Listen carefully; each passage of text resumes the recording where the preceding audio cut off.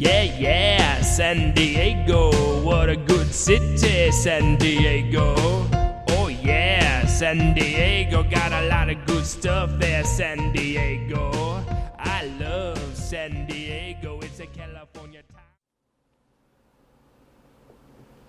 Welcome back to the official Ozone Football Podcast. I am Rob Ogden. I am joined by Tony Gerdeman. How's it going, Tony? Good. Thanks for having me on again. Yeah, definitely. Good to be here talking a little more Buckeye football.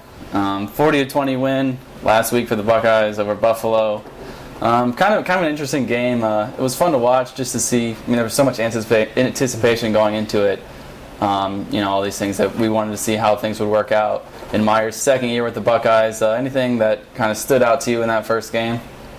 Well, I think what stood out to everybody was the first quarter. The 23-0 start, and finally everybody is seeing everything that they've been told they would see.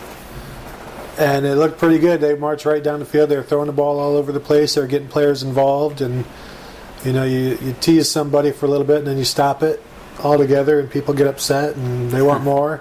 But I thought the first quarter really stood out, and that's probably what makes the rest of the game stand out in opposition, is that it just wasn't. It didn't fulfill what the start looked like. Yeah, definitely a really fast start, and Urban talked about that was one of the things they really wanted, and they got that, and then it seems like they went into a lull there. We were talking about, it seemed like they were saying, a lot of the players, maybe they got complacent or whatever, but we were saying, the play calling seemed to get complacent a little bit too. They were really aggressive, even going for the 2-point conversions on those first two drives. Yeah, the first two drives, and then, what was it, only 6 passing yards for Miller in the second half or something like that? 6 passing yards and 27 yards total for the entire team in the second half. It's, we've seen that around here before, where they come out fast in the first half, they're throwing the ball all over the place, and third and fourth quarter is, get out of the stadium as quickly as possible. We call it trestle ball. Yeah. But, you saw the stats. Weren't you surprised that the first half passing and then not in the second half? When we were sitting there watching that first quarter, it seemed like it was going to be 100-0. Mm-hmm. We didn't think Cameron Johnson would get to come out and punt it all. We didn't think Dontre Wilson would get to return a kickoff because it looked like, it didn't look like Buffalo was going to score. And then, momentum kind of started to shift, and that was one of the things Urban said post-game. Like, that was one of the biggest things. Mm-hmm. They got momentum. He said it was 4 straight drives. Yeah, they had 3 turnovers. A turnover on downs, and the interception and the fumble, or the fumble and the interception. So I think they sort of tightened up, puckered up a little bit, and then that's why you go to Jordan Hall and he starts carrying the team. Yeah, the game ended up being a lot closer than everyone had originally thought, I think, especially after that first quarter. We were interested in seeing how the offense was going to look. Meyer's been talking about, all the speed being injected, and, how last year was only 75% of the playbook, and this year it's going to be, a new offense, and everyone was going to be able to see that. But, how different did it really look to you, just, based on this first game? Well, at one point I wrote down that this was the 2012 offense all over again. That's you pounding up the middle, because the games were close last year, and I think they got a little nervous this time around. They tried a few things with Dontre Wilson, but for the most part, it looked like last year's offense from the second quarter on. What did you think? Yeah, I definitely agree. There wasn't even when with Miller, everyone was expecting him to be so much better. I think he did look better, but I don't think he's quite. He's not. I don't think he looked like the Heisman frontrunner that maybe everybody expected him to. Right. When you watch Teddy Bridgewater on Sunday and Jameis Winston last night, that kind of opens your eyes as to how good a quarterback can be throwing the football. And Miller certainly didn't have a bad day. No. He was. He finished 15 for 22 for 178 yards, 2 touchdowns. He's certainly. He looked great on those first 2 drives. 7 to 7 to start. Yeah, and that first drop. Right. Who dropped that? As Philly on a diving catch. Yeah, so like that, and that was that was just less than a minute left in the first quarter. So he was on fire to start out. And what do you think about Miller? I think in that first quarter he looked like. Like everyone said he was going to look, and then he kind of seemed like he tapered off a little bit. Right, he looked in complete control, and then I guess the second half, Meyer or somebody said they changed a few things up, and that's why we saw him scrambling more. And I thought he did a lot better job scrambling than he ever did last year. He was picking up key third downs, where last year that didn't necessarily happen. The bulk of his yards last year on the ground came from called runs, and we saw maybe one. Yeah. All week. So, I thought you can see what Meyer has said, where you can start to see his ceiling. I mean, I think we saw some of that in the first quarter, but you can tell he still has a ways to go. And he looked comfortable in the pocket, I would say, for the most part. I mean, he had a few Braxton Miller moments where he was rushed outside, and that fumble that ended up not standing because of the penalty. And as far as the passing game, it seemed like he was definitely more comfortable in the pocket. He was making good decisions. It seemed like there does seem to be that there was some improvement there from a year ago as far as the passing. Yeah, game. and the one interception, he said it's a blind throw. Yeah, you turn and you throw it as quickly as possible. I don't think you should have blind throws in football. I guess if you don't know if your receiver is there and you don't know if the defender is knocked down, which he wasn't. He said as soon as he let that go, he wanted it back because that's when he realized that he shouldn't have thrown it. But even that, I mean, is that a bad read or is that just going through with the play that Tom Herman tells you to go through with? Yeah, I mean, I don't know how much of his fault that really is. I mean, it was Khalil Mack who picked that one off. So I feel like in pretty much everything they were giving the credit to Mack all day. I mean, the dude was an absolute beast out there. You mentioned Jordan Hall. It was a little surprising to see him get 21 carries. What did he finish with? Like 100 and it was a career high. 159 yards, 2 touchdowns. I mean, it was kind of surprising to see him get that many carries. I feel like we thought it'd be a little more evenly distributed between, I mean, I know there was no Hyde, no Smith, but we still thought Wilson, Elliott, Ball, Dunn would get more into the game, and they really didn't. Yeah, Stan Drayton even said he thought the other players would get more carries. They didn't intend to get Hall that many touches, but like I said, things get tight and they start to pucker, and then what Stan Drayton also said is they give the ball to the hot guy. Yeah, he was definitely hot. He was getting yards. So I mean, as long as you're producing. Do you think? I mean, say the offense stays as hot, stays as aggressive as it was in the first quarter. There's no way Hall finishes with 21 carries. They probably distribute those a little more evenly at that point. If it's not a 7-point game as it was at points in the second half. And if they're staying that hot, there's not going to be enough touches for them to get 21 carries because they're just going to be mowing through a defense, and there wouldn't be any sustained drives necessarily because there'd be more big plays. Yeah, that was one of the things that was surprising just about the play calling. Let's see, I wrote it down here. I can't remember now. The amount of runs compared to they had only 23 passing attempts and 45 runs. And 45 rushes. I mean, that was a little surprising, right? Yeah, and a few of those rushing attempts were originally passes that turned into scrambles, but still it wasn't the 50-50 that Meyer wanted by a long shot. Yeah.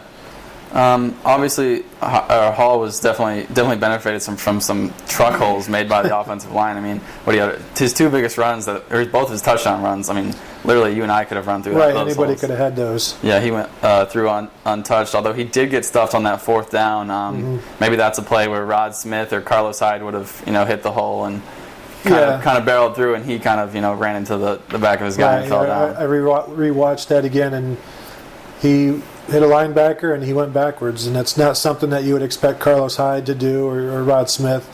Carlos Hyde can get tripped up, but at least he's going to fall forward. Yeah. I'm actually surprised we've made it this far into the podcast without really saying anything about Dontre Wilson. He actually only finished with 3 carries. What did he catch? 1 pass? Yeah. Yeah, 1 pass. I don't know. What do you think about Wilson? It was obviously a mixed result with the fumble. He had a couple plays that he almost broke for touchdowns. Right. You think fans are disappointed, or did he kind of live up to it? I think that he gave them enough with that swing pass and the kick return where they got to see what they've been told, even if he didn't score. Right. And so, fortunately for guys like me and you who are writing about him and telling people, watch out for this guy, at least they got to see something. Yeah. And just if there's no swing pass or there's no kick return, we'd be in trouble right now. Yeah, I mean, he didn't have quite the Maurice Claret debut or anything like that, but on that first pass he took, if he wasn't tripped up from behind, he takes that first kick pass to the house. I mean, Maurice Claret got 21 touches his first game. That's true. Give Dontre Wilson 21 touches, what does he do? Yeah. Stan Drayton said he thinks that Wilson will be better this week. Yep. He said he expects him to be. I think he needs more carries in order for us to really see that, but I don't know. How do you get him more carries? See, that's the question. If it's gonna be another close game, which I feel like people thought San Diego State was the toughest game on this non-conference schedule, then maybe they stick with Hall. But Well, the thing is, I don't necessarily think that Ohio State was ever in danger against Buffalo. Right. But they still reacted like it was a close game. Right. So how close does San Diego State have to be for them to react the same way? I mean, is 17 points not enough of a lead to get Ezekiel Elliott a series, or Dante Wilson a series? Apparently it's not. You mentioned Elliott, the other freshman. He ended with 1 carry. Meyer said after the game that I think he was surprised when he looked at the stat sheet to see that Elliott only had 1 carry. Said he was hoping to get him more work. He was one of the guys that Meyer identified going into the game as this freshman will play. He ends up getting 1 carry. Warren Ball gets 2 carries. Bryante Dunn doesn't get in the game. A little surprising to see, but with Hall getting 21 carries, obviously not everyone else was going to get all those. But and Drayton said the reason for Dunn was he wasn't performing on special teams, right. So that he can't get in the game if you're not on special teams. I thought it was surprising that the players talked about afterwards having to keep Bryante Dunn's spirits up. Yeah, I think it was yesterday maybe, talking about they could tell that he was down, and so they had to pick him up. Usually they're not so open about things like that. So it was interesting to see that he was affected by not getting the ball, and we'll see if he responds on special teams or if Stan Drayton responds by getting him a couple, carries this week. Yeah. What about some of the other freshmen? Von Bell did a little bit. You mentioned that he was in there in the second quarter when they were playing in the dime package. Some of the other guys got on special teams. Joey Bosa looked pretty comfortable in there. Anybody else or anything about those guys that stood out to you? It was pretty it's pretty impressive that Von Bell was named one of the team's champions. Yeah. On special teams. So, he was out there with Ron Tanner running right alongside him, and he had 3 tackles on special teams. He got a little bit of time in the secondary in the second quarter that I saw, and probably some after that. But no, he was good out there. He was running around, and that's what they need from their freshman defensive backs. After so much, hype just around the freshman class in general, I feel like fans were maybe a little disappointed not to get. Wilson gets only 3 carries. Elliott gets a carry. You don't really see Bell do too much outside. No Mike Mitchell. No Mike Mitchell. Trey Johnson gets in there for Shazier, which is another interesting thing. Shazier, and he wasn't the only one bothered by those cramps. But so some guys get in, but not really. They don't really do too much. Going back to the running backs, who do you think gets the bulk of the carries next week? I think it'll be Jordan Hall again, don't you? Yeah, I don't see why it wouldn't be. I mean, even with Rod Smith back. Rod Smith, I think, has never been a guy who's gotten a lot of carries, and I wouldn't expect the week after he comes back from a suspension to be the first day that he carries the ball more than anybody else. Rod Smith seems like such a polarizing figure for some reason. Like one day, Urban Meyer's talking, Rod Smith's having a great camp, whatever. The next day, it's the 11th hour for Rod Smith, He's got to perform. Like, I don't really understand it. I mean, I don't know. We'll see. I feel like he's in and out of Meyer's doghouse. Urban Meyer loves cliffhangers. Yeah, he does leave a lot of things for us to figure out ourselves. But I mean, it'll be interesting. Does Rod Smith get 1 carry? Does he get 10 carries? Like we honestly don't really know. Yeah, I have no idea. And I think last week we were interested to see how the ball was distributed, and the same thing goes for this week because there's another factor involved now with Rod Smith, and he is too talented not to get the ball. Yeah, because with the holes that we saw Jordan Hall having, Rod Smith will have those same holes, and he won't necessarily get brought down by that first linebacker. Right. I mean, say that 4th down situation happens again next week. Is Jordan Hall getting the carry again, or is it going to Rod Smith? Well, I mean, last week it was a hurry up, so whoever was in on 3rd down would be the guy on 4th down. Yeah. But this week they might not hurry up. Yeah. They might bring in the big back. Yeah. That'll definitely be interesting to see. What about in week 4 when Hyde supposedly returns? I mean, then how does things shake up at that point? Hyde has to be in there, like Jordan Hall said on Monday. He earned his rank, so he's the team's best running back in my opinion. And he won't. I don't think he steps right in, like we said last week. I don't think he steps right in, but I also think they want to get Jordan Hall involved in other ways. So Carlos Hyde coming back will, allow that to happen. Yeah, and Drayton talked a little bit about that yesterday, just the distribution, how it's going to be different when everybody comes back.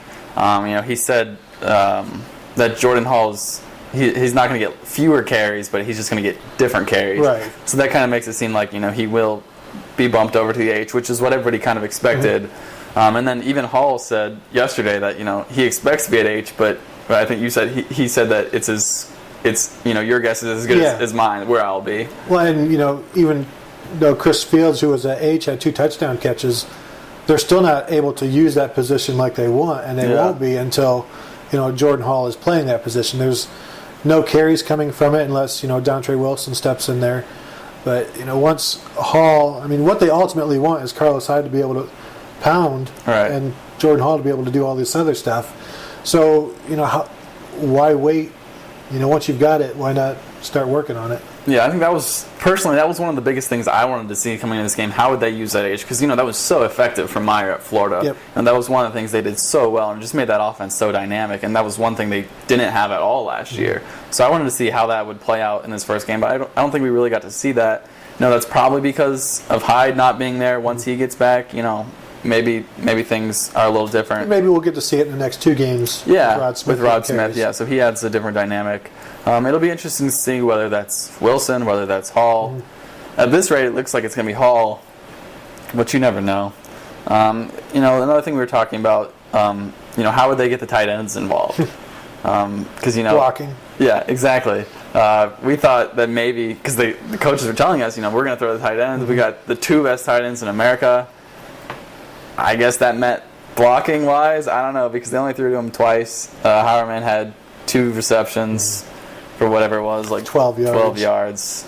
So I personally wasn't expecting them to come out and light it up to the tight ends, but maybe I don't know. What Jim Tressel always used to say is, I've got these great receivers, so I can't necessarily get the ball to the tight end. You want me to throw the ball to a tight end instead of Ted Ginn or Santonio Holmes. Right. So I think they'd like to throw to the tight ends, and Tom Herman and Urban Meyer both have a history of it. Right. But they also have these receivers that are better than they were last year, and they'd like to get them the ball. But even still, Devin Smith led the team in catches with 3. Chris Fields had 3. They just didn't throw the ball that much. Yeah, they just didn't throw the ball that much and didn't complete many. 16 total receptions. Yeah. So nobody's going to be able to put up 8 or 9 catches on a day like that. And the thing with the tight ends is, when Meyer was doing that so well at Florida, he had Aaron Hernandez. When Herman was doing that so well at Rice, he had James Casey. Mm-hmm. So, those guys were obviously so good. Hernandez went on to be a star in the NFL. Casey went on to go in the NFL. But if Herman really believes that, these 2 guys are the best in America, shouldn't they be just as good of options as any of the other receivers? Well, and they talk these guys up so much, but they're different than James Casey and Aaron Hernandez, who are both like 6'3" guys who can move and can shake people, where these guys are 6'6", 250. Yeah. And they're big targets and they can run straight down the field, but I don't know that they can necessarily make people miss like those other guys can. Yeah. What about the rest of the receivers as a whole? Philly only had 2 receptions. I know Meyer said he would have liked him to get a little more involved in that. Chris Fields looked good. Yeah. 3 receptions, 2 touchdowns. Had that Kenny Guyton hookup again. So he looked like he's definitely an improved guy. And Devin Smith's still Miller's favorite target with 3 receptions. What do you think about them? I always like it when they open with Devin Smith deep because it always sets a tone. Yeah. But I'm disappointed that they didn't give Philly Brown the ball enough, because if he's your number one receiver has to have more than 2 catches. After a while, that starts to become a recruiting issue, and then receivers are, opposing coaches are talking about how you won't get the ball at Ohio State, and they don't throw it enough. So Urban Meyer has his ear to the ground on that stuff, and he knows that, while they have to get the ball to all these different people, you have to have a select few that get the ball more than anybody else.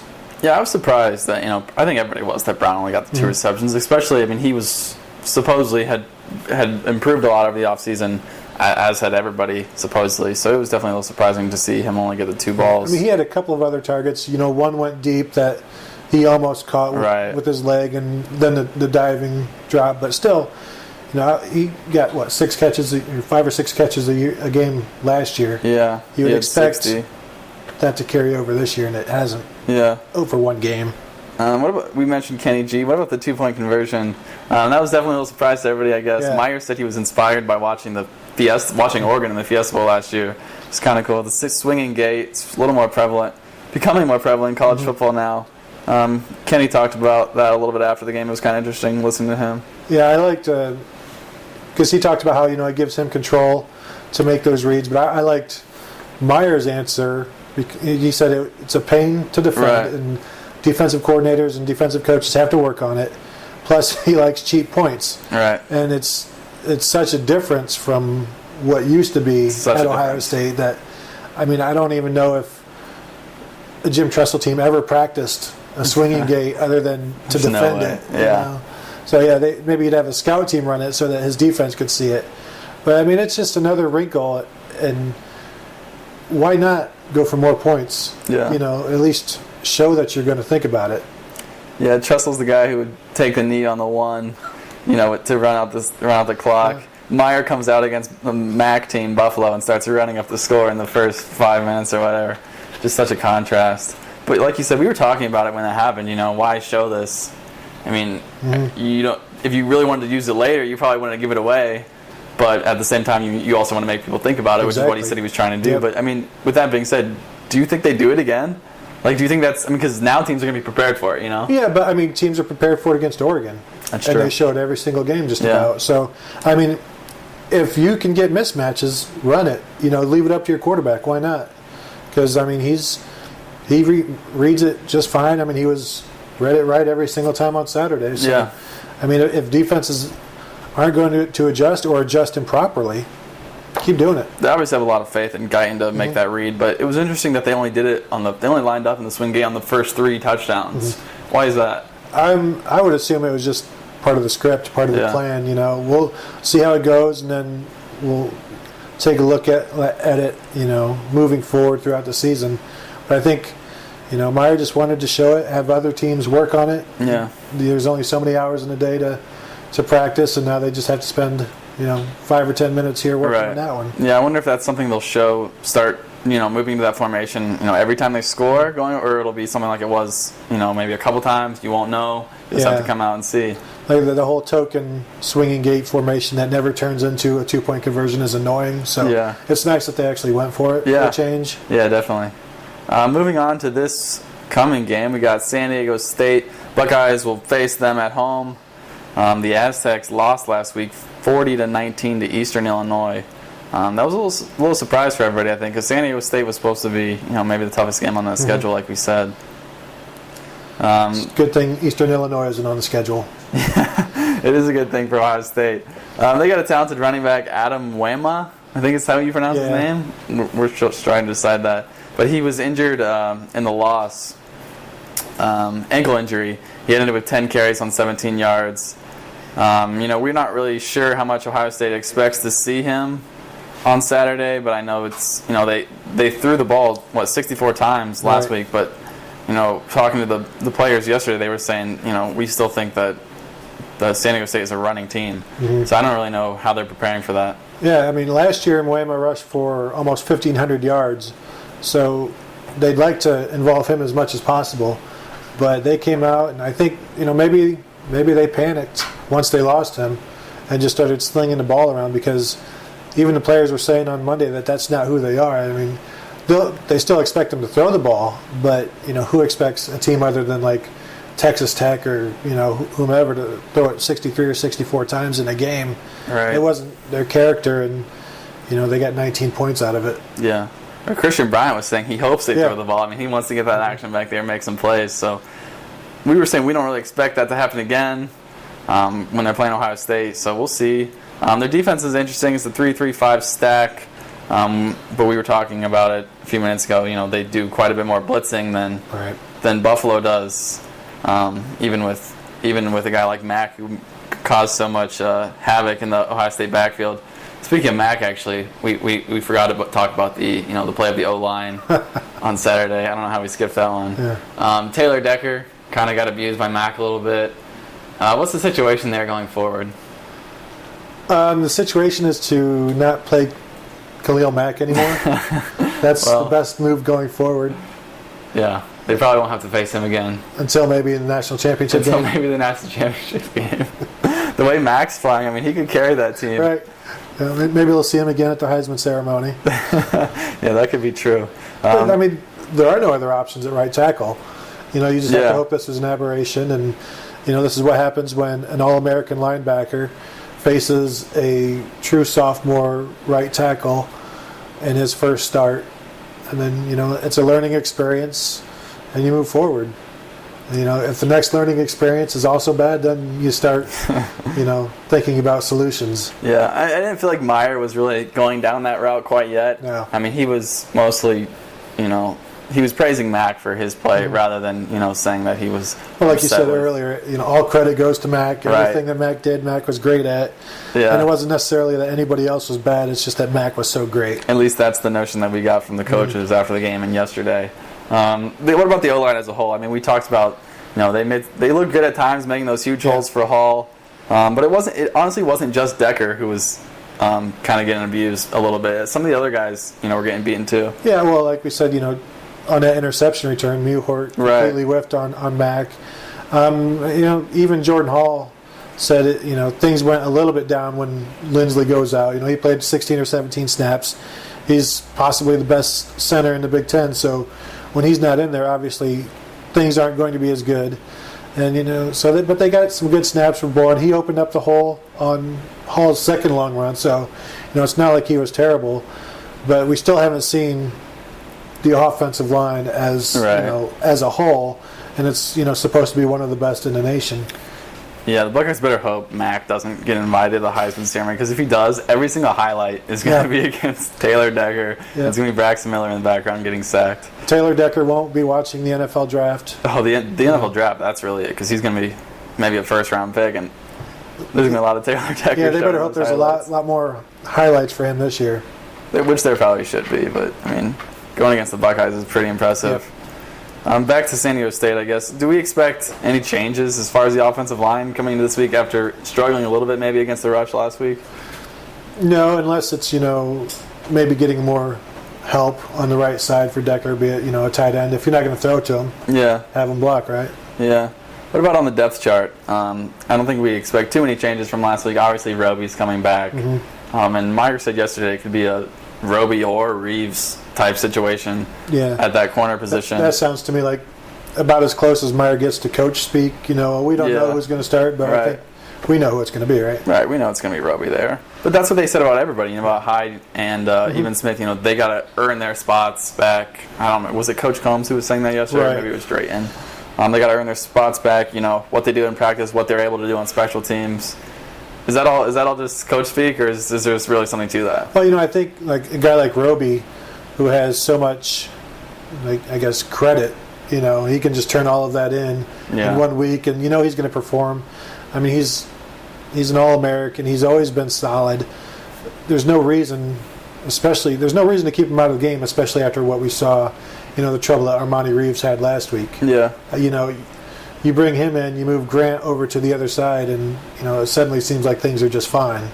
And we were talking about last week, maybe there was going to be a little bit of a competition there between Grant and Reeves, but I'd say that competition's pretty settled at this point. Yeah, it looks like it's over. You know, Urban Meyer gave some of the grades of the champions yesterday. And Grant was at, 96%? Yeah, it was the highest he had ever graded out, he said, which is obvious. He didn't bother giving Reeves grade, no. If you noticed that. So I doubt it. You know, I think you have to be above 80% to be a champion. Okay. So, you know, Reeves was not at that.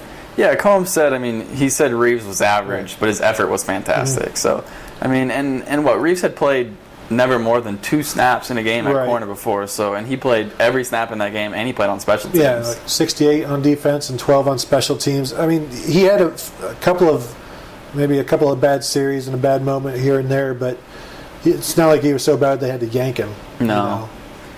Yeah, but I don't think there's much competition there with Grant. What else? I mean, any other changes we expect to see going into the San Diego State game other than, you know, Roby coming back, Rod Smith getting a few more carries? I think we would probably see more of Joey Bosa maybe. I mean, I don't know that the depth chart changes, but, I mean, he was inside, he was outside, he was pretty impressive. Yeah, we're waiting on that depth chart. It's supposed to come out sometime today. So we'll see if there's anything surprising on there. Obviously, C.J. Barnett will be back. C.J. Barnett will be back, yeah. What about at punt returner? Philly had a little bit of trouble there on Saturday. I think he bobbled, 3 3 returns, didn't end up losing any of them. Yeah. But he had trouble with that at the end of the last season, so I think he bobbled a couple against Michigan. Yeah, so, I mean, is there any chance we see Hall or Wilson back there? Was that Michigan game a noon game last year? Maybe he just should not return punts at noon. During noon games. So this is a 3:30 game. He should be fine. Kerry Combs said, it was a high sky, it was a bright sun. So maybe get somebody in there on noon games for him, and let him return the 3:30 games and the 8 o'clock games. I wouldn't expect him to be sent packing just yet. I think they would have to lose a couple of his fumbles because he was too productive last year. 2 touchdowns in the season, which has only been done like 2 other times in school history. So. And Meyer didn't seem too displeased. He didn't really say anything about it, I don't think. It'll be interesting to see if Dontre can do anything more on kickoff. It seemed like, on Saturday they were kicking away from him, which is crazy for a true freshman to come in. You're already kicking away from him. Right. So even Buffalo was believing the hype. It's like even we wanted to watch Wilson return the ball. So, it sucks to watch them kick away from him because, you want to see what he can do. Yeah. But I guess they're not worried about it. I mean, if it goes to Hireman, he'll, run 4 or 5 yards, get it out to the 35, and they're happy with that. Isn't that what Combs said? He'll take it, he'll get it, and he'll take it out to the 35, and they'll be happy. Right. Just talking about Wilson, do you expect to see more of him this week? I think you have to. Drayden said he expects him to be better, and he was close to breaking 2. He touched the ball 5 times? Touched it 4 or 5 times, and 2 of them were close to going. One was 18 yards, one was 51. So, why limit him? That was one of the things. I know we don't want to keep going back and bashing, Jim Tressel because there's nothing to bash really, but Ted Ginn never touched the ball enough. Right. So you've got players that can make plays. Get them the football. Yeah, it'll be interesting. All the freshmen, if they can get in the game a little bit more. But like we said, I think it'll go back to if Ohio State comes out and blows them out. Then they probably will. Otherwise, maybe it'll be more of the same what we saw last week. I think the line on the game is 28. I don't know. Buckeyes didn't cover last week. It was 34.5. So we'll see if they can do that. I mean, you'd think a team, that San Diego State team that goes out and loses 40-19 to Eastern Illinois. I don't know. They don't seem to strike fear in the heart of the Buckeye fans. Were they looking ahead? I assume you have to look ahead somewhat to Ohio State, right? Yeah, I would think so. Big game for them. But I think it was Grant yesterday was saying, no, we don't, we don't take them lightly or anything, So we'll see. We'll see how it turns out. Anything else we expect to be? Anything other changes we expect in the game tomorrow or on Saturday? No, I'm interested to watch how Braxton Miller attacks the blitzes, how the offensive line handles those blitzes, because apparently they'll be coming from all angles. Will there be a problem on the right side? Last week he had time to just stand in the pocket and look at the zone. So, he should have less time, but will he turn those up and, pick up more yards, on scrambles early in the game?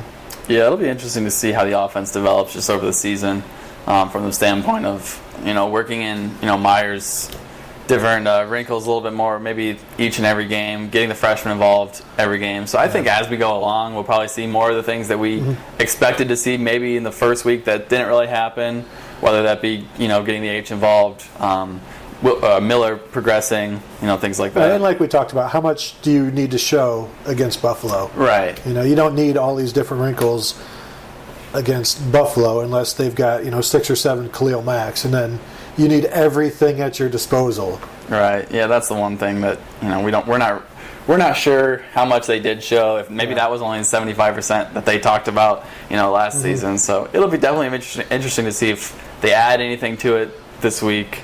Yeah. Anything like that. Anything else that we should cover before we wrap this baby up? Anything surprise you from last week's game?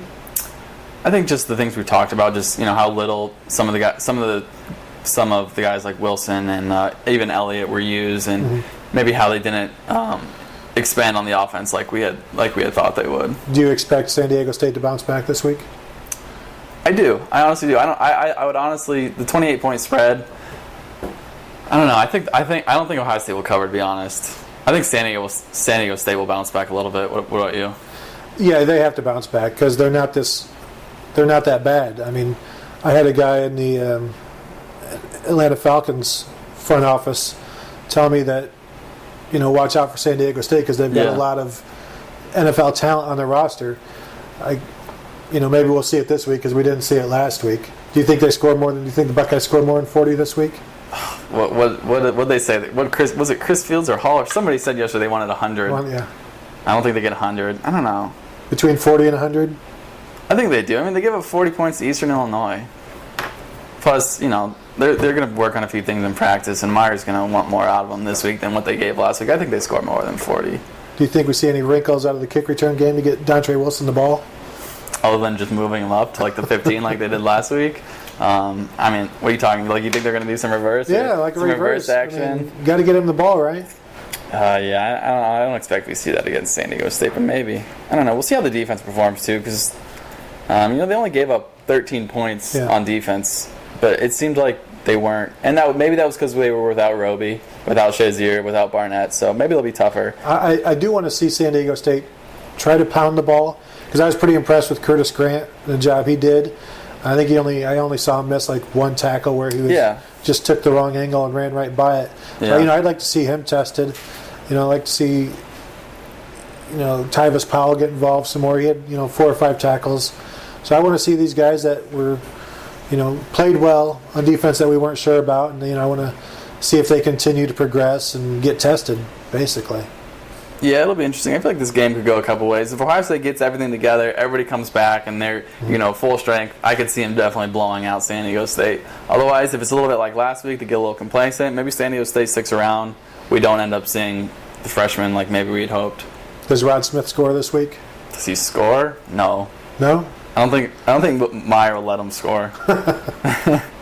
Well, you might not have a choice. I mean, some of those holes we saw last week. He's going to blow the whistle. Time out. Stop it at the 10-yard line. That's true. It'll be interesting to see if San Diego State's running back can do anything too, because we don't know how much his injury really affected them. I mean, he was supposed to be one of their best guys. He ended with 10 carries for 17 yards, so I'm not sure how much that affected them in their loss last week. So if he's back at somewhat full strength for the game, maybe that adds something to their offense that they didn't have last week. Do you think Jordan Hall gets more or less carries than 21? Oh, that's a good question. I'd say less, just because now we got another guy to distribute them between, and they said that they wanted to distribute them more evenly anyway. I don't think they go another week of giving Hall the carries. What about you? I still think he gets 20 carries, maybe 20. right at 20. Yeah. Because I think it'll be close, and they'll just choose to keep going with him. Yeah, I'm going the under on that. Unless he's not producing. Yeah. I honestly wouldn't be surprised if that's his season high. Yeah, and then if he's got like 12 carries for 34 yards in the second quarter, then it's time to find somebody else. Yeah. But yeah, on 21 carries, what did he finish with? 162 yards. I bet that's a season high for him. Oh, it better be. Yeah, I wouldn't be surprised if that's his last 100-yard game of the season, actually. I wouldn't be surprised either. I mean... And it's nothing against Hall. No. It's just that with, Hyde and Smith coming back and them wanting to get more guys involved and other guys will be stepping up and the offense will be changing, I don't think he really... I don't see him, being the... the guy at running back throughout the entire season, really. And they don't need him to. They don't... Right. I mean, they don't want him to. They moved him from running back. So, but that's all I got.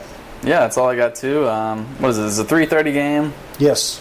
So that'll help out. Chris Spielman on the call. On the call. Yeah, that was interesting. Meyer talking about how he, he values Spielman's info, and he was going to go talk to him a little bit before the game, see what he had to say about the team. They seem like buds, though. Yeah. From their time when Meyer was working with ESPN. I was surprised that he said that Chris Spielman came in to talk to the team about tackling. Yeah.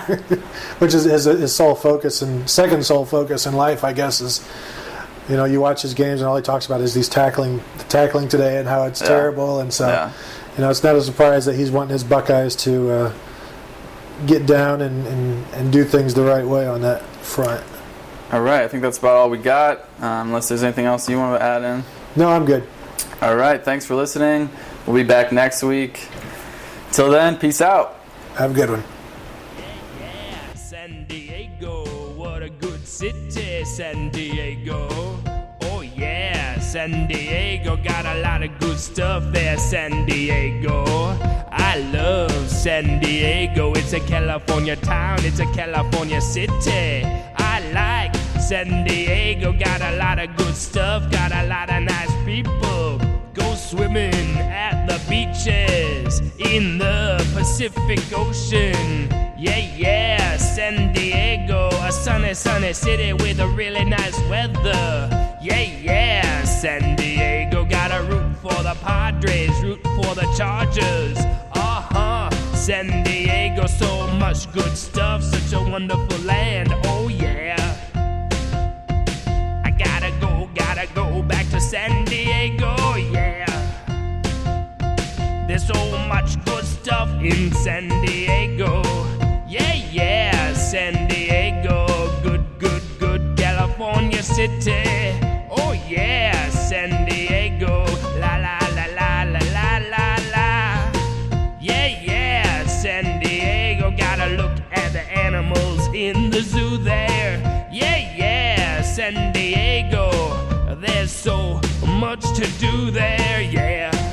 In San Diego, they got a lot of good people who live there. Yeah, yeah, San Diego, go surfing every single day.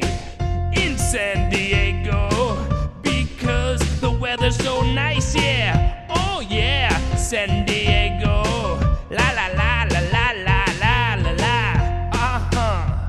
San Diego.